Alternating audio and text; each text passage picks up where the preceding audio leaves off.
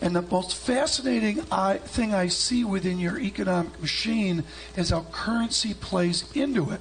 Would you predict a stronger dollar a la pre-Plaza Accord, or like the Rubin dollar of the 1990s? How does the currency dynamic fit into what you see with a lack of productivity and with your growing indebtedness?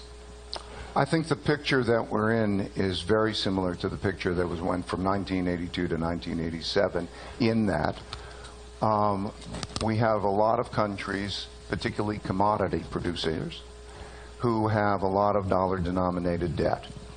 And as we had that environment, as they're in a debt problem, it's a self-reinforcing situation because their debts are denominated in dollars. Right. Their revenues go down.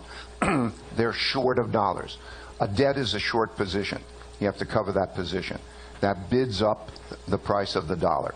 So we need now, so we have these commodity countries, very similar. Emerging countries, very similar. Dollar-denominated debt. It's a self-reinforcing cycle, and back then it went till 1985.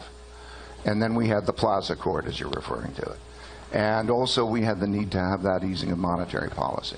What we were able to do in that period, which was a very good period, we were able to ease our monetary policy at the same time the economy grew. It's tough to do that where we are right now. It's tough to do that where we are right now. Yeah. So we have a situation where if you would like to ease monetary, the pressure is going to be more on easing monetary policy, longer term.